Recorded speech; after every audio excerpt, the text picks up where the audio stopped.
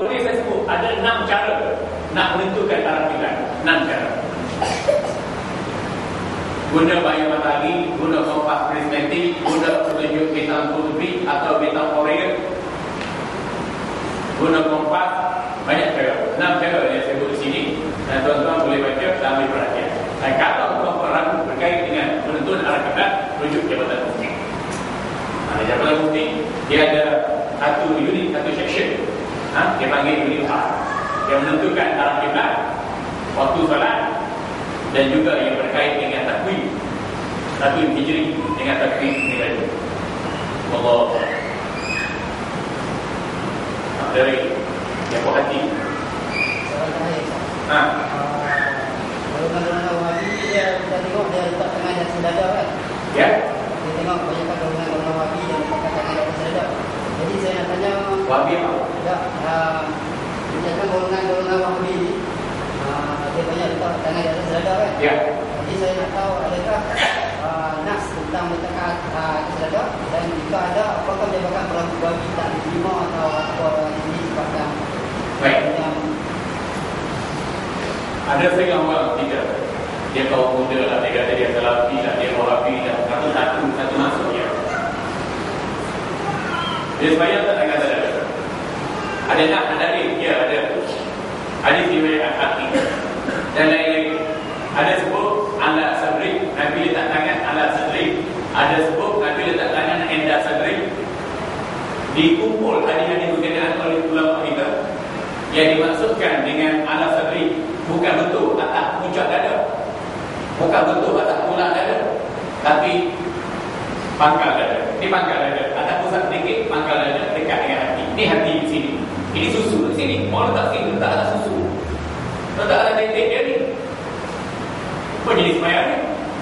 Ni letak sini. Ini pangkal dada. Ini dada, ini tulang dada, ini tulang dada, ini pangkal dada. Ini diulas oleh ulama kita dalam mazhab 4 mazhab muktabar.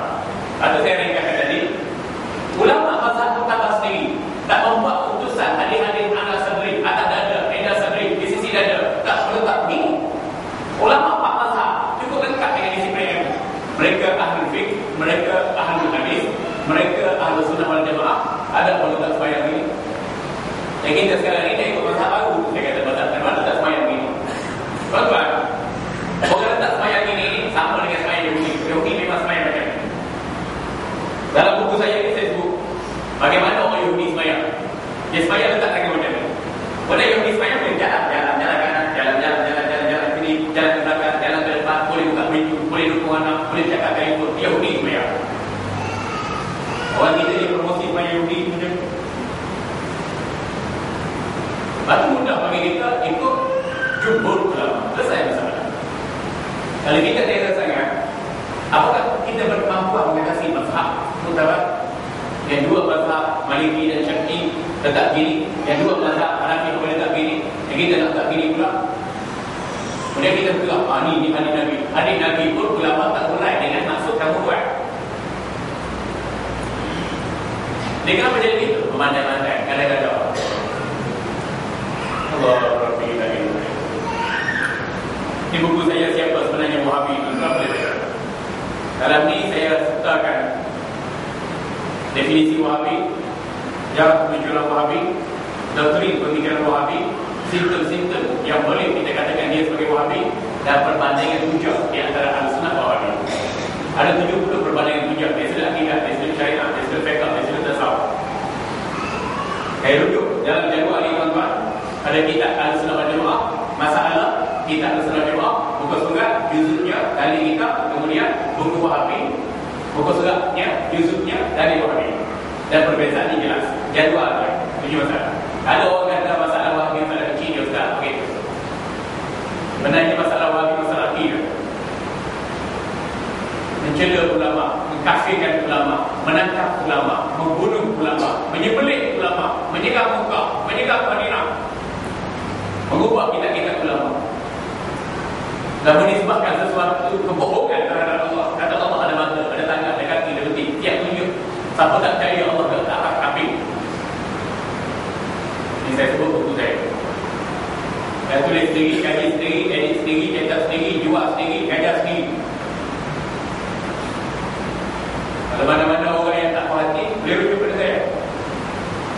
kira dia Wahabi Malaysia ke, Wahabi Indonesia ke, Wahabi Selatan Thailand ke, Wahabi Saudi ke, Wahabi Filipina ke, Wahabi USM ke, Wahabi Bukit Pertajam ke, Wahabi Politik ke. Ayo nanti kita berbincang mencari penyelesaian. Dan jangan sekali menggunakan bahasa politik yang terhad untuk menyekat penyelesaian.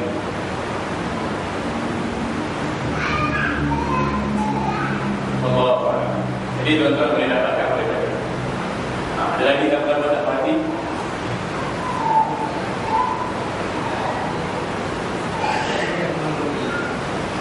Mana lagi? Baik. Ya. Ya.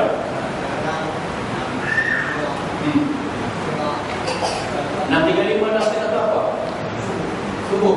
Masuk waktu subuh. Main.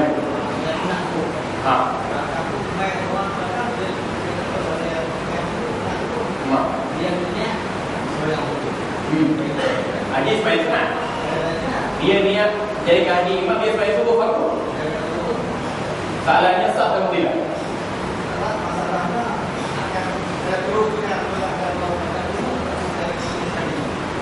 Haji teruskan sunat haji.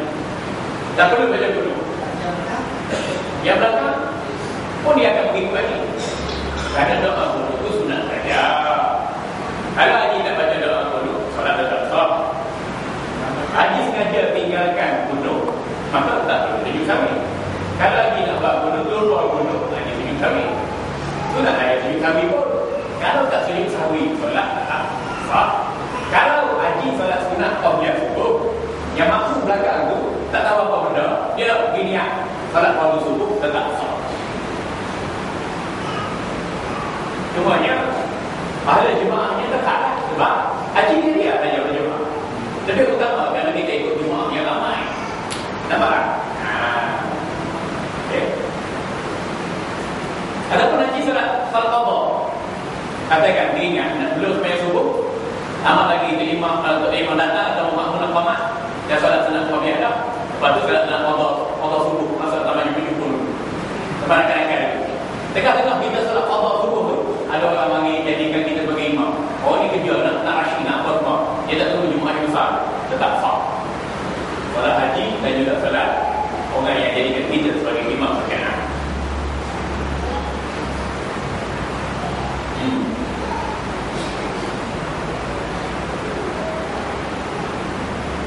Baik, ada lagi tak? Sila.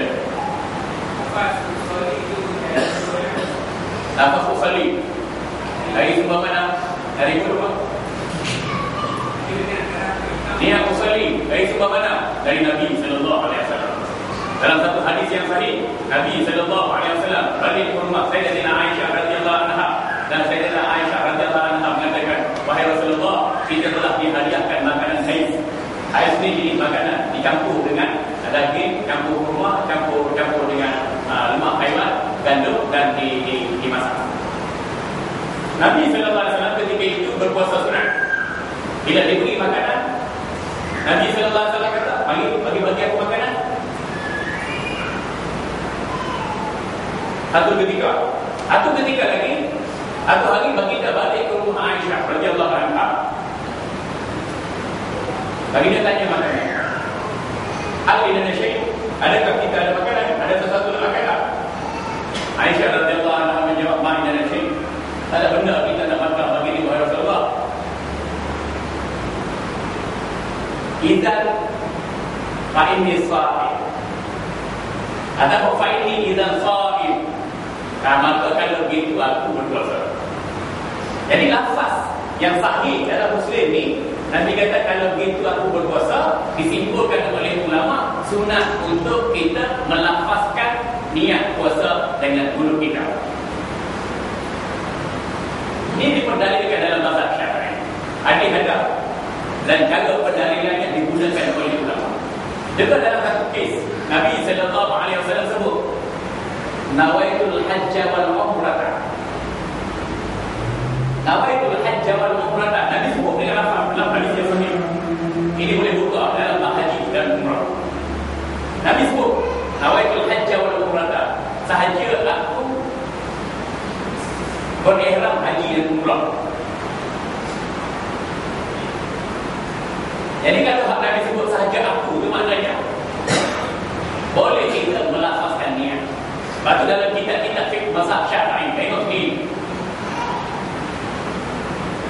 talafuz bin niyah sunnatul.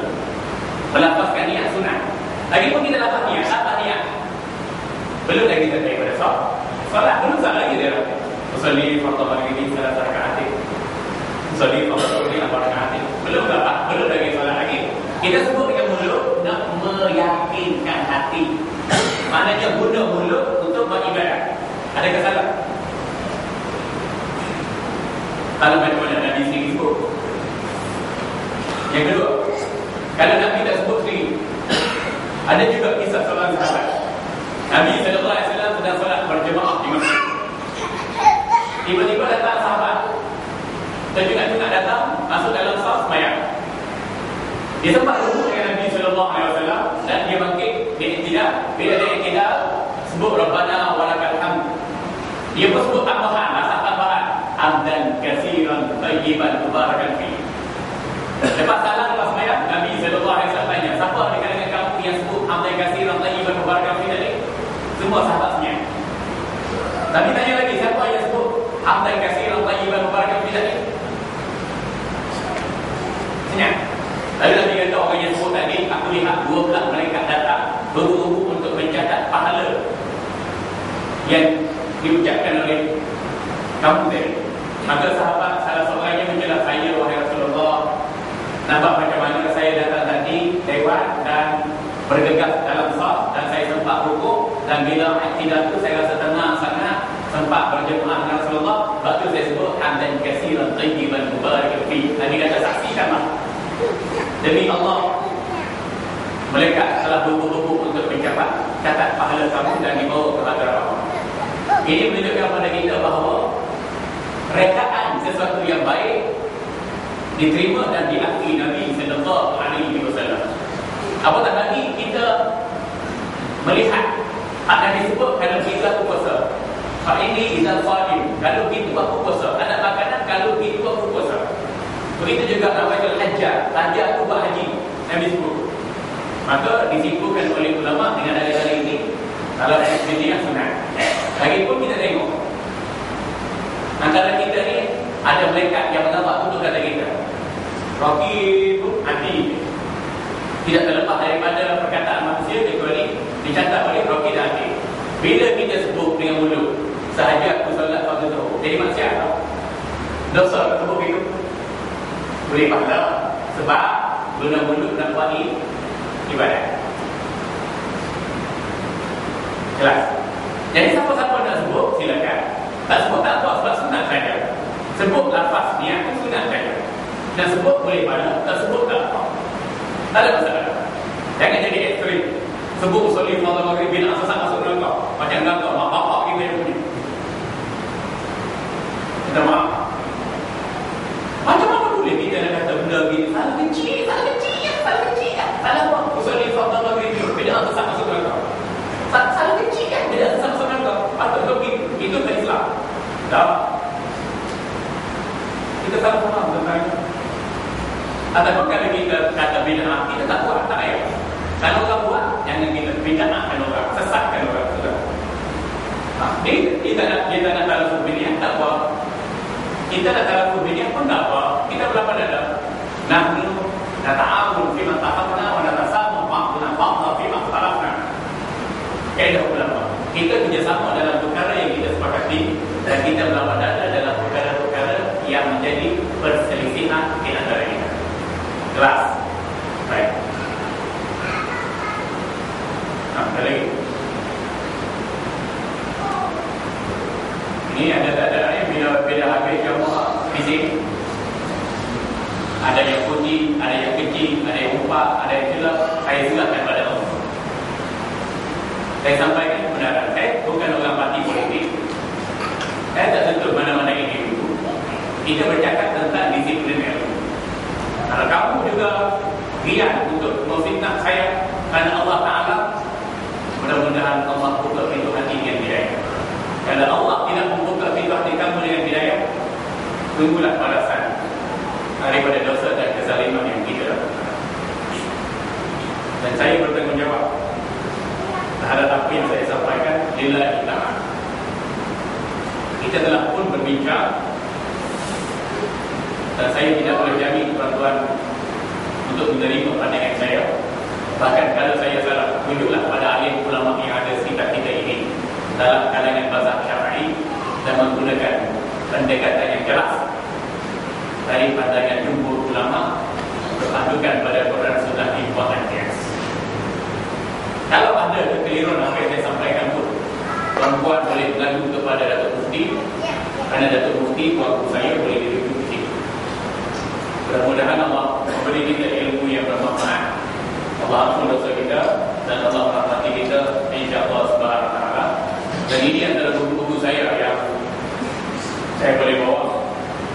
Ada dalam 4 judul buku saya, tapi yang saya boleh bawa ini saja. Ini buku gerakan yang ditunjuk dalam syarat. Buku ini saya akan beri free semua pada yang ada. Bukan sempena-pena ayat ke-13, tapi lillahi ta'ala. Dan yang dua ni tak boleh bagi free lah.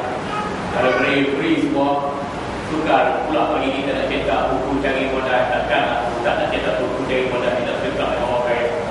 Orang kaya kita pun nak tolong gambar. Allah Akbar. Dan buku ni lain saya bagi diskaun, insyaAllah. Kalau tuan-tuan dan duit, dapatkan, belikan, baca. Tak faham, tanya di ulama.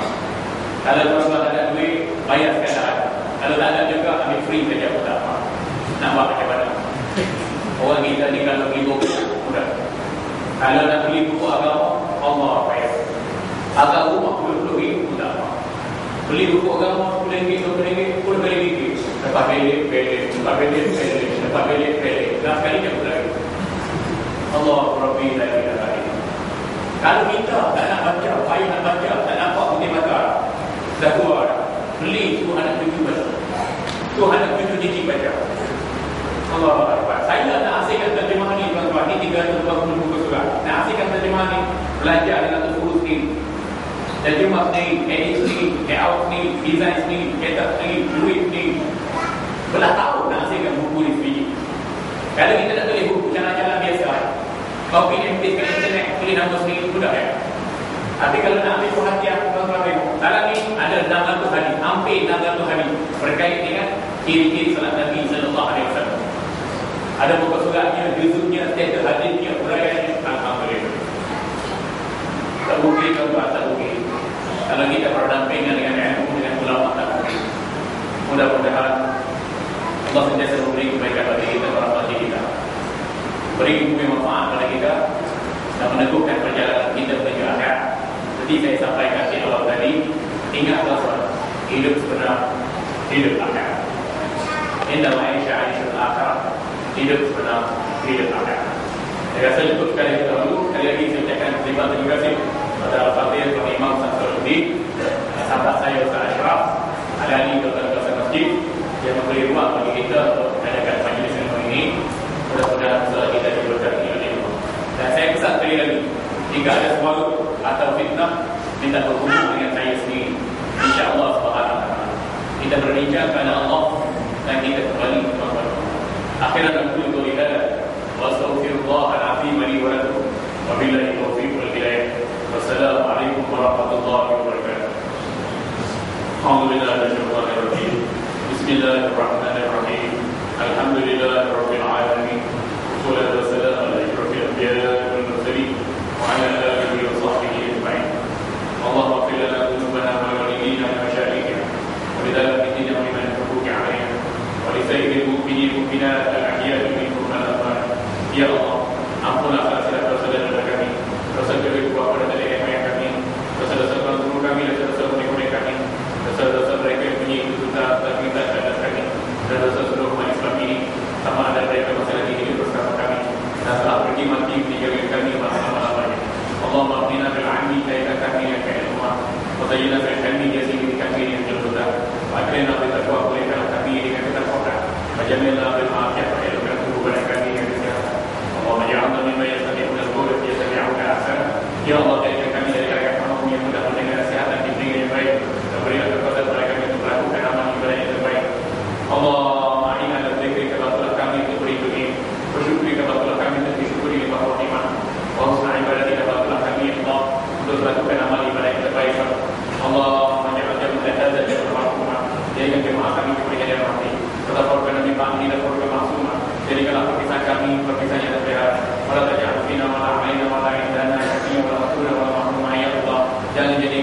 kesulitan, kecelakaan, kehinaan di depan kami, di belakang kami, di kanan kami, di kiri kami, di atas kami, di bawah kami, di sekeliling kami, ya Allah.